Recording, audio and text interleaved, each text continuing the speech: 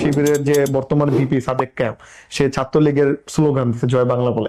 তো শিবিরের অনেকেই আছে এরকম যে আসলে জয় বাংলা দিচ্ছে, এখন বর্তমানে আপনার শিবিরের স্লোগান দিচ্ছে। তো আমার কথা হচ্ছে এই কালচারটা অনেক বড় একটা ব্যাড ইফেক্ট, আগামী রাজনীতির জন্য অনেক বড় একটা হুমকি। যারা ছাত্র রাজনীতি করে তারাও কিন্তু শিক্ষার্থী, সুতরাং সবার একটা প্রচেষ্টা ছিল কোটা সংস্কার আন্দোলনটা যেন তীব্রভাবে সরকার মেনে নেয়।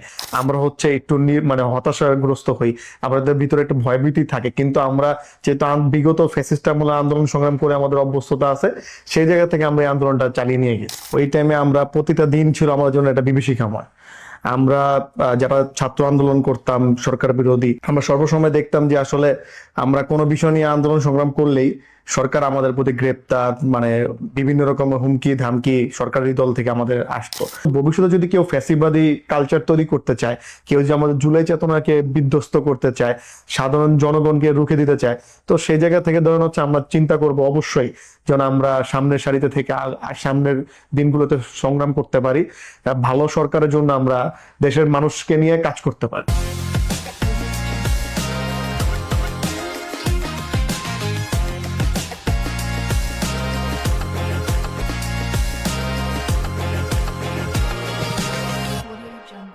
সুপ্রিয় দর্শক, স্বাগত জানাচ্ছি ঢাকা নেশনের বিশেষ আয়োজন ইনসাইড নেশনে।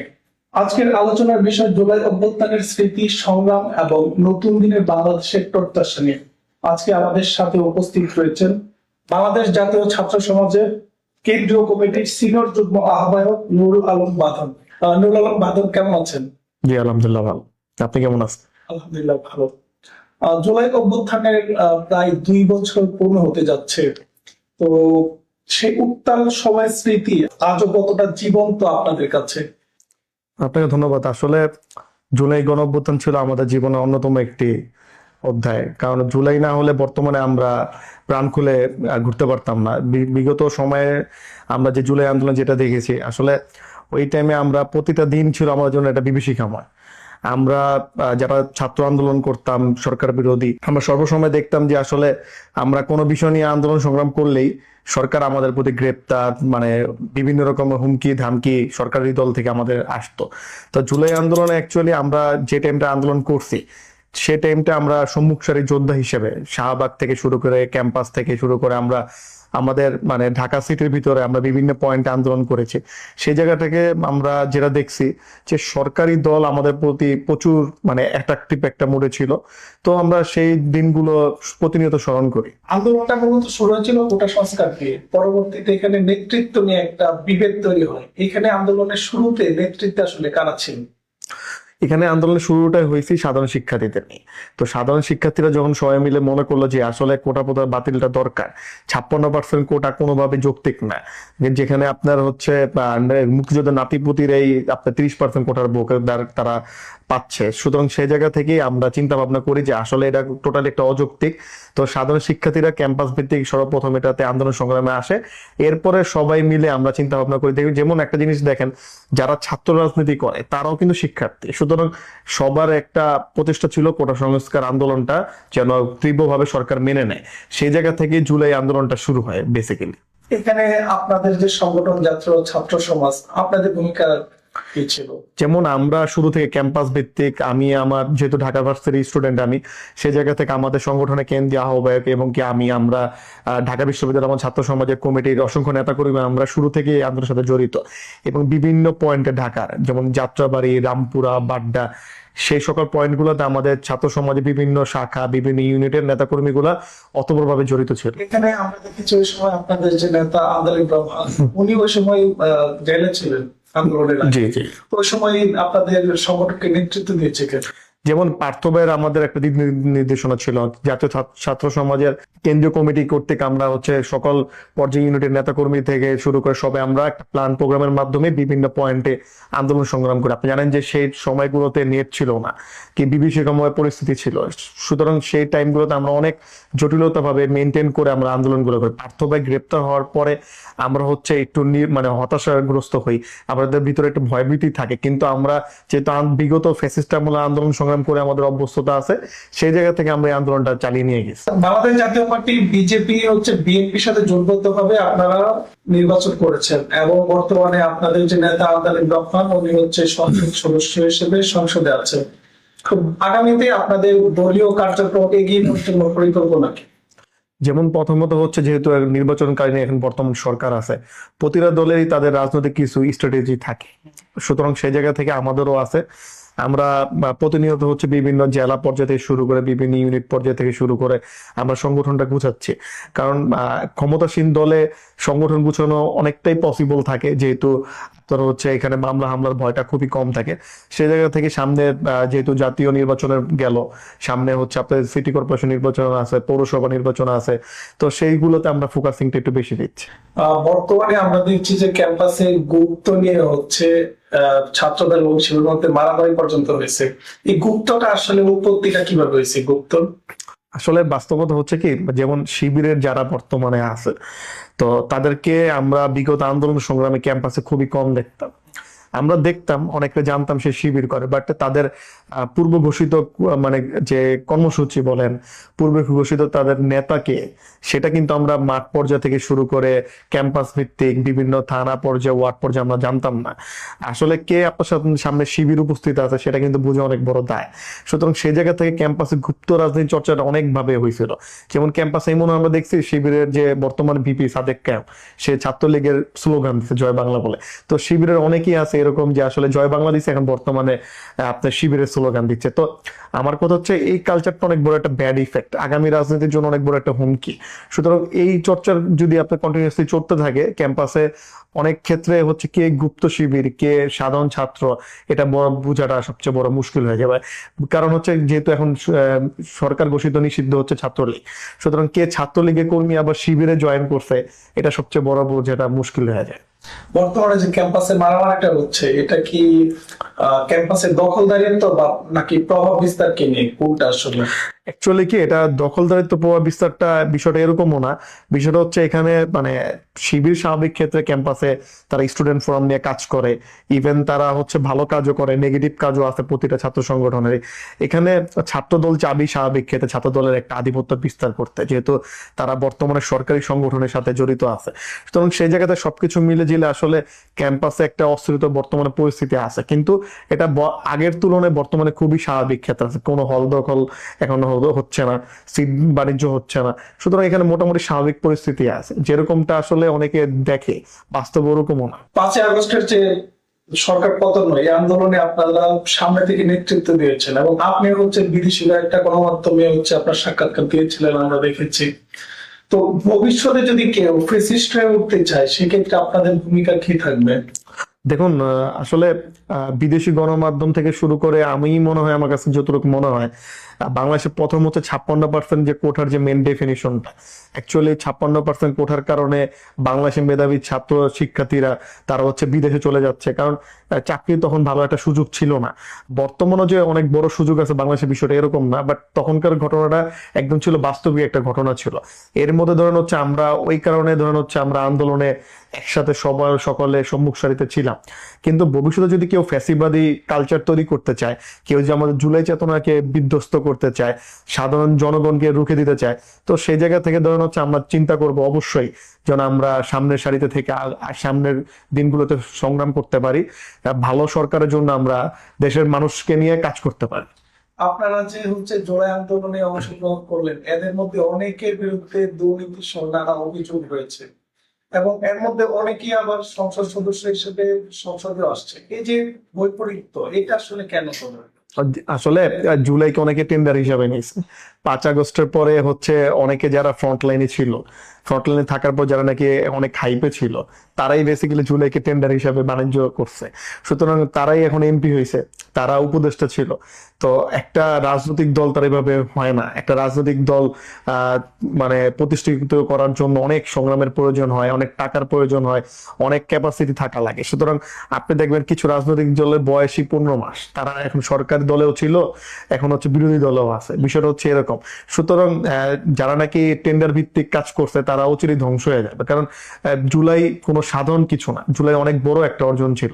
আর জুলাইতে যে সকল মানুষ প্রাণহানি হয়েছে, যারা পরিবারের থেকে তাদের স্বজন হারিয়েছে, তারা জানে আসলে জুলাইটা কি।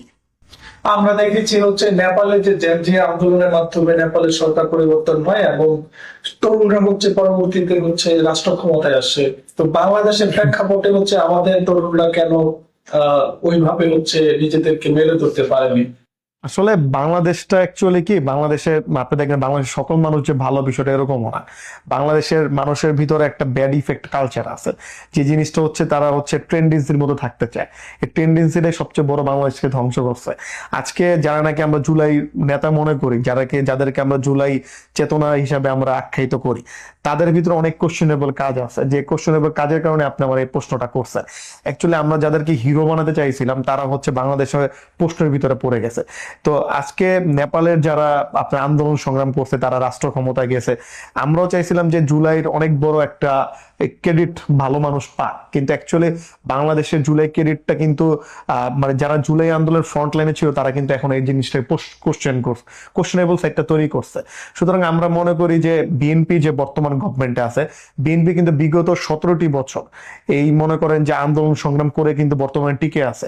বিএনপি একটা একটা জিনিস আপনি খেয়াল করে দেখবেন, দলীয় ব্যানারে যারা নাকি মারা যায় ফ্যাসিবাদ বিরোধী আন্দোলনের বিগত সময়গুলোতে, তাদের নিয়ে কিন্তু অতটা হাইপ ছিল না। বাট জুলাই আন্দোলনে কিন্তু যেহেতু এটা সাধারণ জনগণের থেকে আন্দোলনটা শুরু হয়েছে, সেই টাইমে কিন্তু এই আন্দোলনটা কিন্তু চারদিকে ছড়িয়ে পড়ছে। তখন কিন্তু ধরেন হচ্ছে আমাদের যখন আবু সাইদ মারা গেল, এরপরে আন্দোলনটা কিন্তু অনেক বড় হলো। তারপরে হচ্ছে আবু সাইদ, তারপরে মুগ্ধ, ওয়াসিম। তো এই যে আন্দোলনের স্পিডটা আমরা কিন্তু তখন পাই। অ্যাকচুয়ালি আমাদের এই আন্দোলনটা তৈরি হওয়াটা কিন্তু আমাদের অনেক বড় একটা ইফেক্টিভ কাজ করছে আমাদের, যারা নাকি ফ্যাসিবাদ বিরোধী আমরা আন্দোলন সংগ্রাম করছি। তো বিএনপি কিন্তু এই আন্দোলন সংগ্রাম অনেক বড় একটা পার্ট ছিল। বিগত 17টি বছর তারা আমাদের আন্দোলন সংগ্রাম দেখিয়েছে। যেমন আমাদের পরিবার থেকে শুরু করে আমরা অনেকেই মানে বিগত সরকারের আমলে অনেক ভিক্টিমাইজ হয়েছি।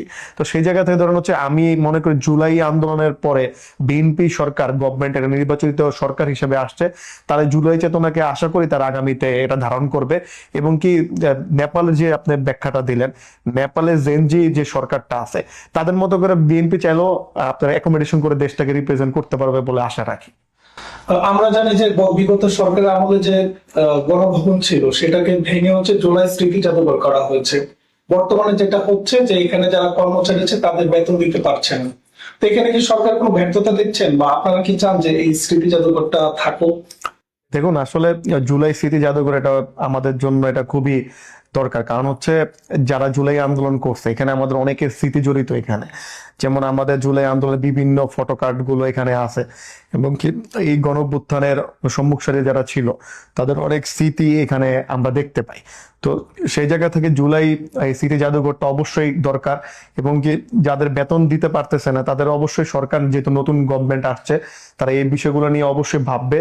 এবং কি জুলাই চেতনাকে অবশ্যই সরকারে ধারণ করে বর্তমান সরকারে টিকে থাকতে হবে, তাছাড়া এটা উপায় নেই। কারণ মানুষ বিএনপি কে জুলাইয়ের রিপ্রেজেন্ট মনে করছে বিদায় কিন্তু মানুষ ক্ষমতায় আনছে। সুতরাং বিএনপি কে জুলাইকে রিপ্রেজেন্ট করে আগামী সরকার পরিচালনা করা, মানে এটা আহ্বান আমাদের থাকবে তৃণমূলের জায়গা থেকে।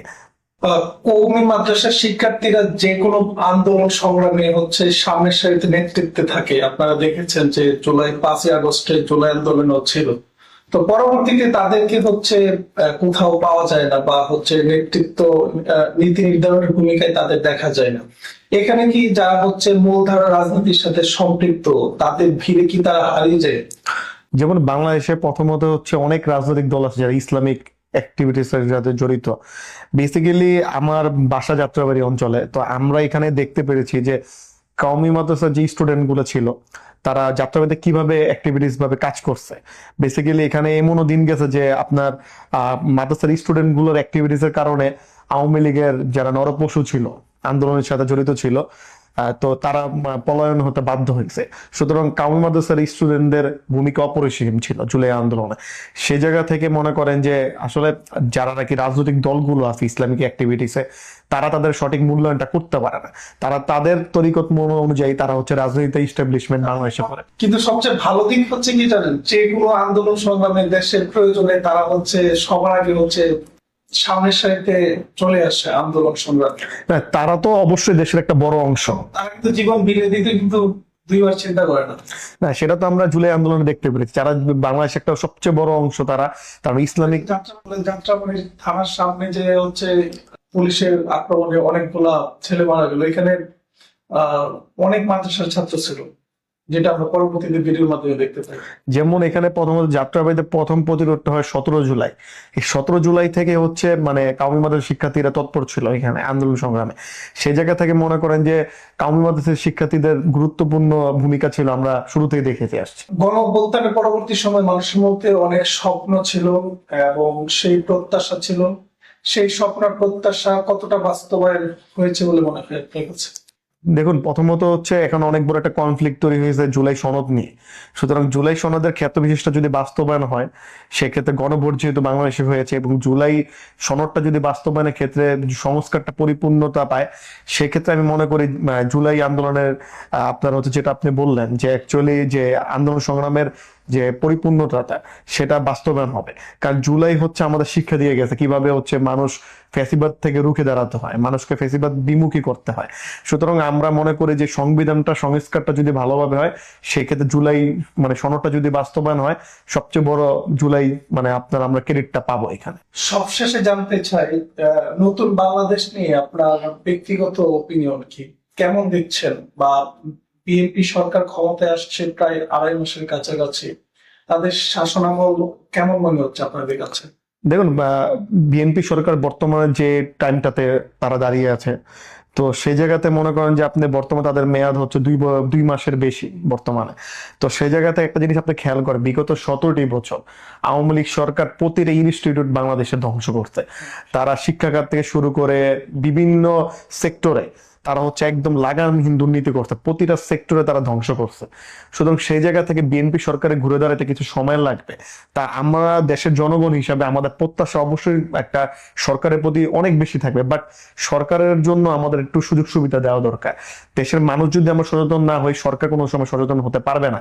কারণ জুলাই আন্দোলনে কিন্তু আমাদের দেখিয়ে দিয়েছে সরকার কিভাবে পতন করতে হয়। বিএনপি হয়তো বা ওই স্ট্র্যাটেজি ফলো করে বিএনপি আগামী সরকারটা পরিচালনা করবে, বাট বিএনপিকে যদি সঠিক সময়টা দেওয়া হয়, আশা করি বর্তমান তারেক রহমানের সরকার, বিএনপি সরকার, তারা যেহেতু বিগত 17টি বছর তারা আন্দোলন মুখী ছিল, সরকার বিরোধী ছিল, তারা হচ্ছে সরকার পরিচালনা করতে সফলভাবে স্বপ্ন বাস্তবায়ন করতে পারবে জনগণের। জুলাই আন্দোলনে আপনি শুরু থেকে শেষ পর্যন্ত সামনের সারিতে ছিলেন, এবং জুলাই আন্দোলনে শুরু থেকে শেষ পর্যন্ত এখানে প্রেক্ষাপটটা বা ঘটনা প্রবাহটা কেমন ছিল?